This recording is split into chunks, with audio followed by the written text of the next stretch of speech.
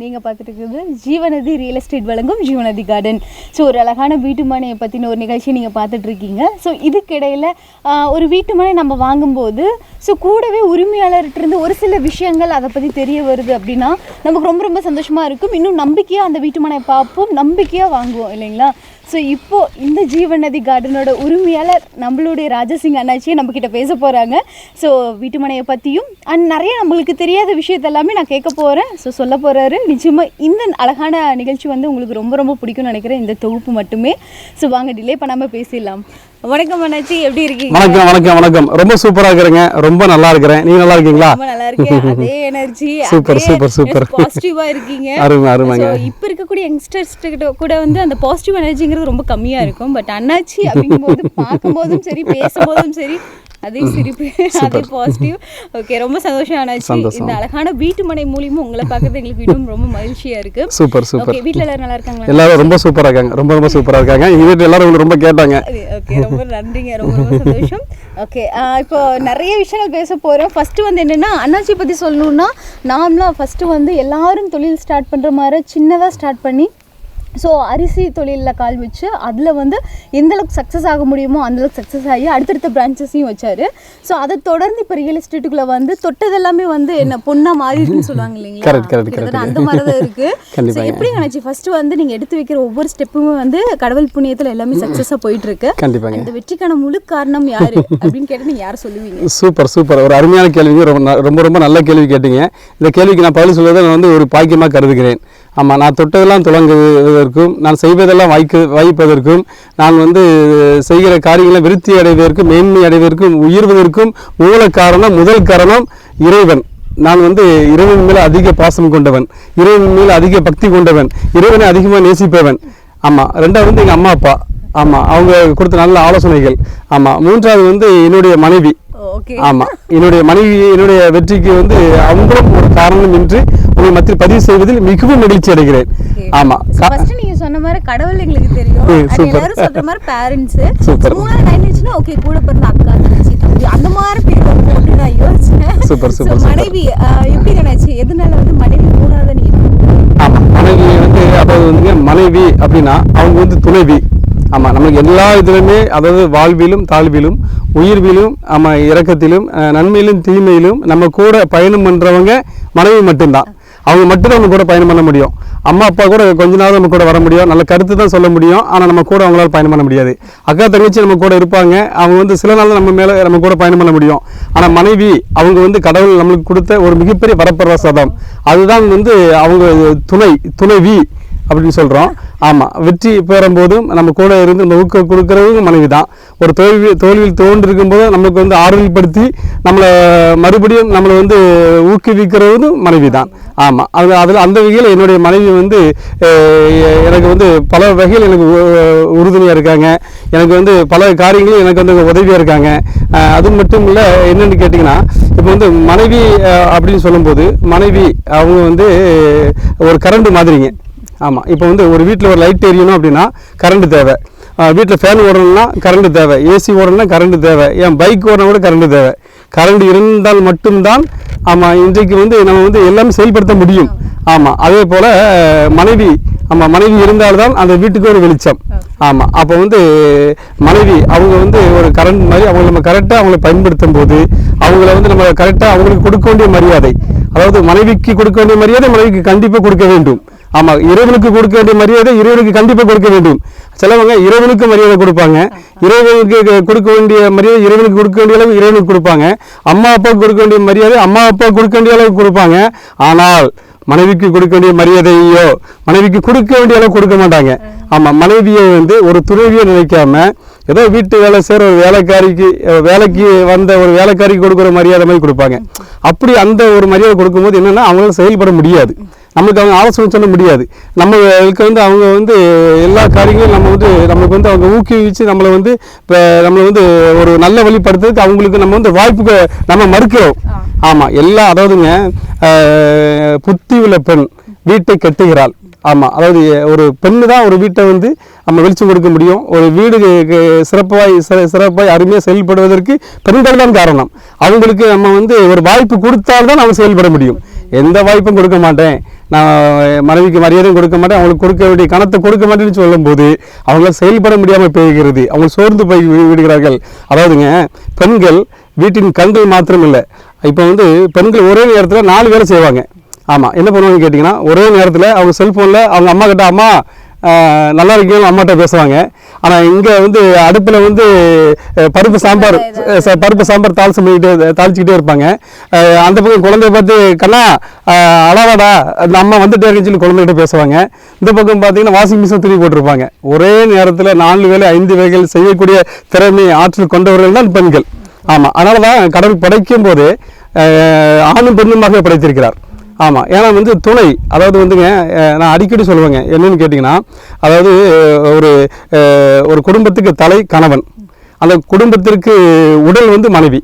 ஆமாம், இப்போ வந்து நான் என் குடும்பத்துக்கு தலைவன், நான் தான் தலைன்னு சொல்லிக்கிட்டு நான் உடம்பு இல்லாமல் தலை மட்டும் இங்கே போச்சுன்னா பயந்துருவாங்க, அது ஒரு பூரணப்படாது. ஆனால் அந்த மனைவியோடு கூட நம்ம சேர்ந்து பயணம் பண்ணும்போது தான், அந்த உடம்பு நம்ம கூட வரும்போது தான் அந்த தலைக்கே ஒரு மரியாதை. ஐயோ, யாருமே இந்த மாதிரி விஷயங்கள்லாம் ஷேர் பண்ணதில்லை. எப்பவுமே ராஜசிங் அண்ணாச்சிகிட்ட வந்து ஒரு லைவ் பண்ணும்போதும் சரி, இந்த மாதிரி ஒரு வீட்டு மனை வாங்கும்போது எப்போவாது உங்களை பார்ப்போம், அப்படி பார்த்து பேசும்போதும் சரி, முக்கியமாக பெண்களுக்கான ஒரு மதிப்பு எவ்வளோ கொடுக்கணும் அப்படிங்கிற கொண்டு நீங்கள் ஷேர் பண்ணுவீங்க. கண்டிப்பாங்க. ஸோ எங்களுக்கும் சரி, பார்க்கக்கூடிய நேர்களுக்கும் சரி, ஸோ ஒரு பெண்ணை மதிக்கிறதுக்கு வந்து உங்களுடைய பேச்சும் வந்து சம்டைம்ஸ் வந்து ரொம்ப ஹெல்ப்ஃபுல்லாகவே இருக்குன்னு சொல்லலாம். இன்னைக்கு வந்து உங்களுடைய மனைவி மூலியமா பெண்கள் எப்படி மதிக்கணுங்கிறது இவ்வளோ அழகா சொன்னதுக்கு ரொம்ப ரொம்ப நன்றிங்க. ஸோ இதை தொடர்ந்து அடுத்ததாக கேட்கணும்னு ஆசைப்படுறது, மக்கள் விரும்பி பார்த்துட்டு இருக்கக்கூடிய ஒரு விஷயம் அப்படின்னா, ஸோ ஒரு வீட்டு மனையை வாங்கும்போது எந்தெந்த மாதிரி விஷயங்கள் எல்லாமே இருக்கணும், நம்ம எப்படி பார்த்து வாங்கணும்னு நிறைய பேருக்கு தெரியாது.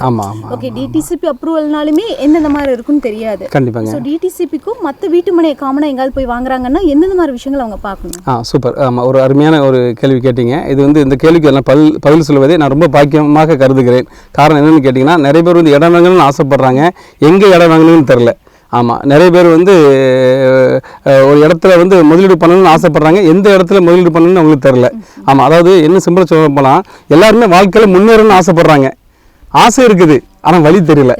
ஆமாம், அந்த நீங்கள் ஒரு கேட்ட கேள்வி மாதிரி நிறைய பேர் பிளாட் வாங்கணும்னு ஆசைப்பட்றாங்க, ஆனால் வந்து நல்ல இடமா பார்த்து வாங்கணும்னு நினைக்கிறாங்க, ஆனால் எப்படி வாங்கணுங்கிற அந்த ரூட்டை யாருமே சொல்லிக் கொடுக்கல. ஆமாம், அதாவது எந்தெந்த இடத்துல வாங்கணும்னு தெரியும். ஆமாம். சாட்டை என்ன சொல்கிறாங்க கேட்டிங்கன்னா, படிக்கிற மாணவனை பார்த்து நல்லா படின்னு சொல்கிறாங்களே தவிர, அதை எப்படி படிக்கணும் அதை யாரும் சொல்லி தர மாட்டேங்கிறாங்க. ஒரே வார்த்தை நல்லா படிச்சிரு பெரியாளாயிரு அப்படின்னு சொல்கிறாங்க தவிர, அந்த வழிமுறைகளை அவங்களுக்கு வந்து அந்த அடிச்சுவடுகளை காட்டி கொடுக்கறதுக்கு இன்றைக்கி வந்து யாருமே இன்றைக்கி இல்லை.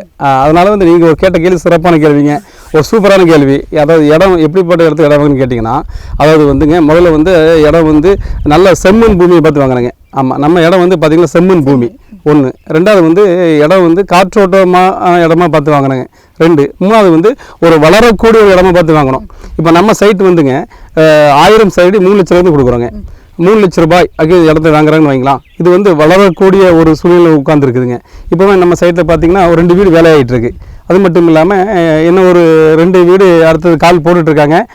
அது மாத்திரம் இல்லை, இது வளரக்கூடிய ஒரு இடமா இருக்குதுங்க. இப்போ 2 வீடு வேலை நடந்துகிட்ருக்கு, அடுத்த 2 வீடு கால் போட்டுட்ருக்காங்க.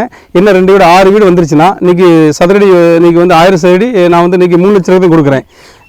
இந்த ஒரு 6 வீடு வந்துருச்சுன்னா நிச்சயமாக வந்து இது வந்து 1000 சதுரடி 6 லட்ச ரூபாய் மாறிவிடும். அப்போ வந்து இது வந்து வளர்கிற ஒரு இடத்துல இருக்குதுங்க. இப்போ எங்கே ஒரு சைட்டு வாங்கினாலும் ஒரு வீடுன்னு வந்துட்டுனா அந்த இடம் வந்து மேல் நோக்கி வளருதுன்னு அர்த்தம். ஆமாம், இப்போ வந்து இடம் வந்து வீடு இல்லாமல் சும்மா காடாக இருக்குன்னா அதில் வந்து அதிக யூஸ் இல்லை, வளரும், ஆனால் கொஞ்சம் காத்திருக்கணும். இது வந்து வளரப்போகுது, அவ்வளோதான். அதாவது விளையும் பயிர் முளையிலே தெரியுங்க மாதிரி ஒரு 4 வீடு வந்துட்டுனாலே சூப்பர், அந்த இடம் வந்து பிரகாசமாக இருக்கும். ஆமாம், இப்போ 3 லட்சம் இன்றைக்கி ஒரு முதலீடு போடுறாங்க அப்படின்னா அந்த பணத்தை போட்டு அவங்க வீட்டில் படுத்து தூங்கலாம், அவங்க அடுத்த வேலையை பார்க்கலாம். ஆனால் அவங்க போட்ட பணம் அவங்களுக்காக இரவு பகல் வேலை செஞ்சுக்கிட்டே இருக்கும். ஆமாம், இப்படி ஒரு வளர்கிற இடத்தை பார்த்து ஒரு நல்ல பூமி பார்த்து தான் நம்ம முதலீடு பண்ண வேண்டும் ஒன்று. அப்போ ரெண்டாவது அடுத்தபடி என்னென்னு கேட்டிங்கன்னா, வந்து இடம் வந்து வாங்குறதுக்கு முன்னாடி டிடிசிபி அப்ரூவல் இருக்கான்னு பார்க்குறோங்க, ரேராக அப்ரூவல் இருக்கான்னு பார்க்கணும். இந்த அப்ரூவல் இல்லாத இடத்த வாங்கிடுச்சுன்னா வாங்கலாம், ஆனால் வந்து அதை வந்து நாளைக்கு நம்ம ஒரு வீடு கட்டணும்னு உள்ள நம்ம வரும்போது அது வந்து நிறையா வந்து ஃபார்மாலிட்டிஸ் நிறைய இருக்குங்க. ஆமாம், ஒரு பேங்க் லோனுக்கு போகிறோன்னு வைங்களா, உடனே லோன் கிடைக்காதுங்க. அவங்க கேட்குற பேப்பர்ஸ்லாம் எடுத்து கொடுக்கறதுக்குள்ளே நம்ம வந்து அங்கே இங்கேன்னு அலைஞ்சி அதை வந்து எடுத்து கொடுக்கறதுக்குள்ள ரொம்ப சிரமப்பட வேண்டியது சூழ்நிலை ஆயிரும். இந்த டிடிசிபி அப்ரூவ், ரேரா அப்ரூவ் இருக்கிற இடத்த நம்ம வாங்கும்போது நாளைக்கு வந்து நம்ம ஒரு வீடு கட்டணும்னு ஆசைப்படும் போது பேங்க் நம்மளை தேடி வந்து லோன் கொடுத்துருவாங்க. ஆமாம், அப்படி அது மட்டும் கிடையாது. ரெண்டாவது வந்து அந்த டிடிசிபி அப்ரூவல் இடத்துல நம்ம இடம் வாங்கும்போது அந்த இடத்துல இடம் வாங்கினவங்க எல்லாம், மனை வாங்கினவங்க எல்லாருமே வீடு கட்டணும்னு ஆசைப்படுவாங்க. ஏன்னா பேங்க்காரங்க ஃபோன் பண்ணிகிட்டே இருப்பாங்க, ஏங்க நீங்கள் ஒரு பிளாட் வாங்கிருக்கீங்க, அது டிடிசிபி அப்ரூவல் இருக்குது, ரேர் அப்ரூவல் இருக்குது, நீங்கள் ஏதாவது வீடு கட்டணும்னு ஆசைப்பட்டீங்கன்னா எங்கள் பேங்க்கு எங்களுக்கு கான்டாக்ட் பண்ணுங்கன்னு சொல்லி அவங்களுக்கு ஃபோன் கால்ஸ் வந்துக்கிட்டே இருக்கும். ஆமாம், அது மட்டும் நாளைக்கு வீடு கட்டணும்னு ஆசைப்படும் போது வந்து அவங்களுக்கு வந்து ஒரு 50 லட்ச ரூபா வீடு கட்டணும்னு ஆசைப்பட்டாங்கன்னா, ரேர் அப்ரூவ் டிடிசிபி அப்ரூவ் இருந்துச்சுன்னா 45 லட்ச ரூபா பேங்கில் லோன் கொடுத்துருவாங்க. அப்போ 5 லட்ச ரூபா பணம் இருந்தால் போதும் 50 லட்ச ரூபா வீட்டுக்கு சொந்தக்காரராக மாறிடலாம். ஆமாம், அதனால் வந்து டிடிசி அப்ரூவ், ரேர் அப்ரூவ் இருக்கான்னு பார்க்கணும் ஒன்று. ரெண்டாவது வந்து 2 பாயிண்ட் சொல்லிட்டேன். ஆமாம், 3வது பாயிண்ட் என்னென்னு கேட்டிங்கன்னா, இந்த கம்மி பட்ஜெட்டில் இருக்கிற இடத்த நம்ம வந்து வாங்கணும். இப்போ உதாரணத்துக்கு இப்போ நான் 3 லட்ச ரூபாய்க்கு தான் இன்றைக்கி சைட்டு 1000 சைட்டு கொடுக்குறேங்க. இப்போ இது வந்து என்னென்னா, இது வந்து டக்குன்னு 6 லட்சம் ஆகலாம், 12 லட்சம் ஆகலாம். ஆமாம், சின்ன முதலீடு, சின்ன பணம் போடுற, அது பெரிய அளவில் வந்து அதில் வந்து லாபம் கிடைக்குது.